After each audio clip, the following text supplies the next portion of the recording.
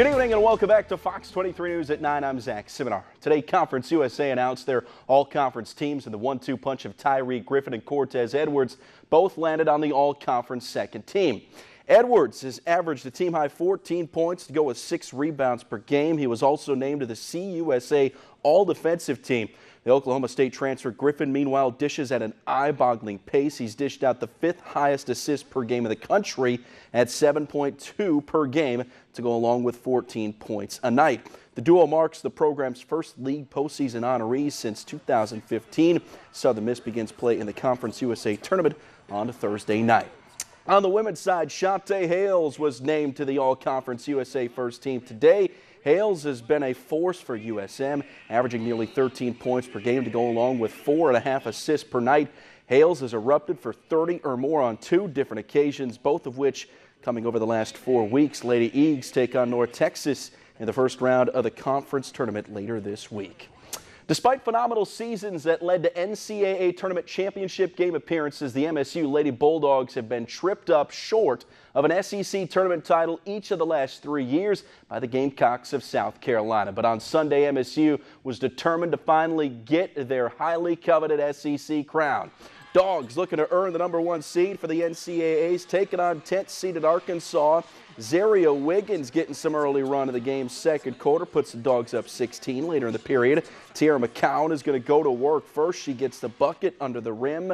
Then McCowan going to use her size and strength to power through for 2 more. But the Dogs, they did it from distance as well. Breamber Scott left open on the wing. She knocks it home. Then with under a minute to go, the game, well, it isn't in question, but that won't stop Andre Espinoza Hunter, whose 3 gives the Dog a hundo.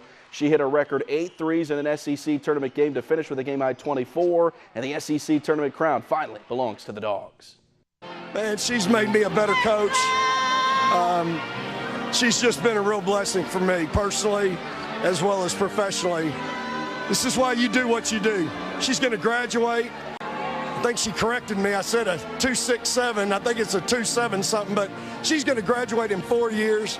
That's going to be such a big day for me personally to see her graduate and walk that stage. So I'm just so proud of her.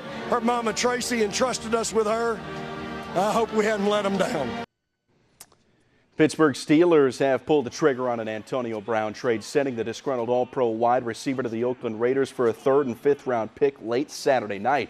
Per Brown's request, the Raiders will restructure the 30-year-old's current deal. He'll now make $50.1 million over the next 3 seasons, over $30 million of that guaranteed. The trade of Brown will be made official when the new league year opens on Wednesday. Brown has caught at least 100 balls for at least 1,200 yards, with 8 or more touchdowns per year in his last 6 seasons.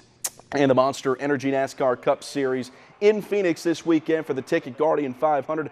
And a late race battle with about 20 to go between Ryan Blaney and Kyle Busch would decide the outcome after a back-and-forth race for the top spot.